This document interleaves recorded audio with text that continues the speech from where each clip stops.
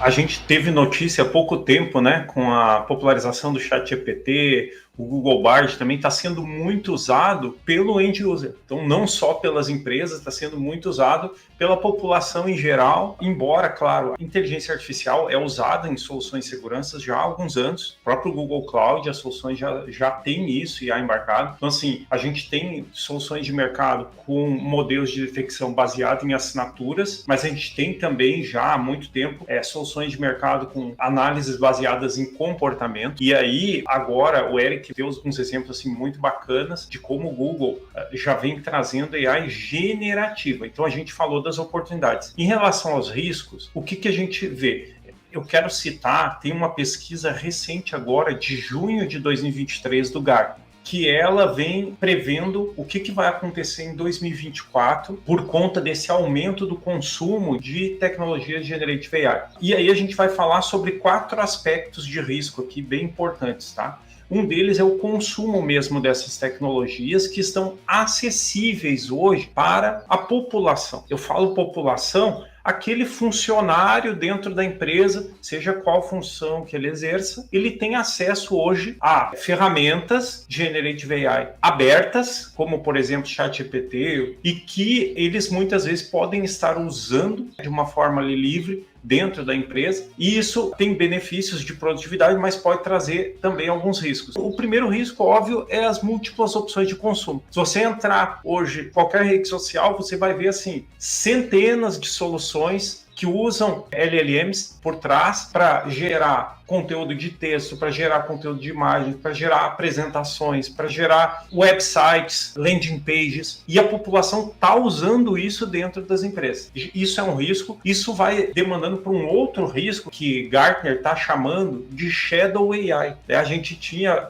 Esse termo era muito conhecido, Shadow IT, onde as outras áreas das empresas, marketing, por exemplo, começavam a consumir tecnologias que não eram homologadas pela área IT, porque assim, antigamente a gente tinha tudo dentro da empresa, ficava fácil controlar, né? A gente tinha os dados dentro da empresa, a gente tinha os servidores dentro da empresa, a gente tinha os computadores dentro da empresa e as pessoas dentro da empresa. Hoje nada disso mais está dentro da empresa. Saiu tudo isso de dentro da empresa. E aí essas áreas, elas usavam tecnologias que a área de TI não tinha controle, e isso agora vem acontecendo, esse movimento de Shadow AI. Então, assim, você tem lá um departamento de marketing que já estão usando ferramentas de geração de imagem, tu nem sabe que o funcionário está usando ferramentas para geração de conteúdo, e como que fica tudo isso? Aí já vem um terceiro risco, que é a questão de privacidade de dados, de direitos autorais, de fontes inconsistentes. Então, já remete isso para um próximo risco. Isso só sobre o aspecto de consumo. Vamos falar aqui de um outro aspecto, que é o aspecto de construção. O que é o aspecto de construção?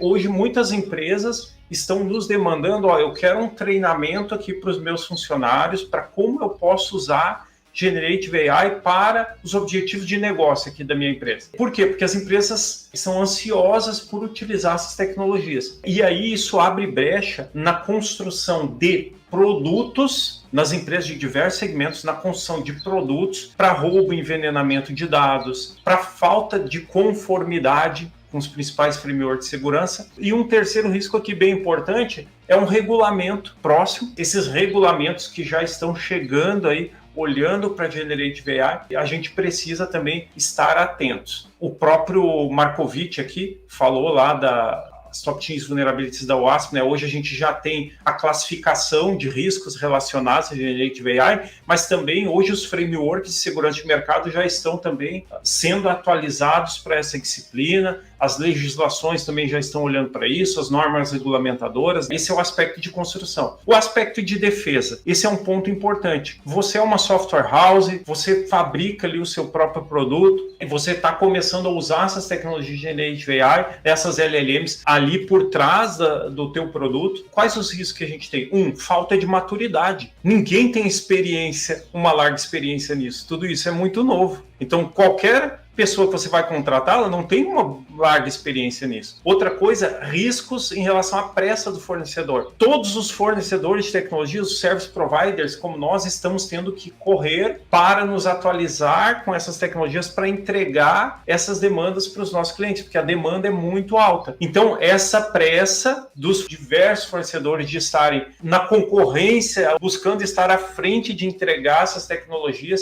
também gera ali muitas vezes entregas muito embrionárias, né? Desafios de privacidade e de eficiência, aqui vamos elencar também, de privacidade no uso dessas tecnologias e eficácia também, né, no uso dessas tecnologias, porque a gente não pode esquecer que muitas vezes a gente submete para essas tecnologias dados que são sensíveis às normas regulamentadoras, às legislações. E um último aspecto que eu quero falar, que até já foi um pouco abordado pelo Markovitch e o Eric, é o aspecto de ataque. Então a gente sabe que houve um aumento incrível da habilidade dos atacantes agora com o uso das ferramentas de Generative AI, porque eles conseguem agora gerar ataques automatizados de forma muito fácil, gerar, assim como o Google usou ali no Chronicle um LLM para montar as queries ali no Cien. Hoje a gente tem centenas de ferramentas aí no mercado para você gerar sites falsos, para você gerar códigos maliciosos, porque antes você precisava ter um certo conhecimento ali de programação mínimo para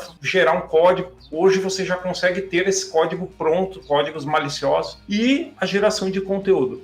Por incrível que pareça, a gente sabe o quanto que ransomware, que é um dos modelos, né, de ataques assim, muito comuns e que tem causado grandes prejuízos no mundo todo, quanto que ransomware tem representado um risco para todas as empresas.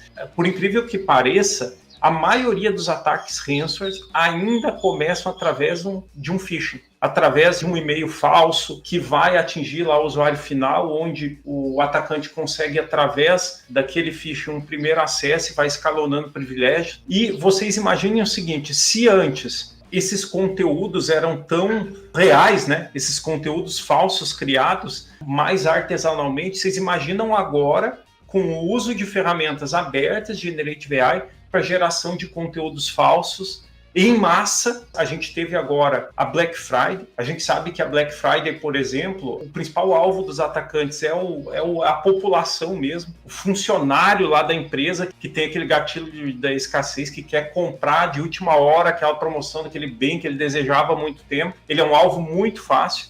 O quanto que essas soluções de Generative AI abertas têm também auxiliado os atacantes a criar esses conteúdos mega atrativos, mega persuasivos para conseguir o seu objetivo lá com o usuário final, né? Que é uma ponta. A gente sabe que antigamente as empresas focavam em proteger a borda da rede, em proteger os hosts, os servidores, em proteger os endpoints, os computadores, os smartphones, mas hoje elas já entendem que elas têm que proteger o end user também, independente do dispositivo que ele está. E a gente já entra até em outros assuntos, mas eu acho que é um pouco disso, os riscos aqui que a gente tentou sintetizar.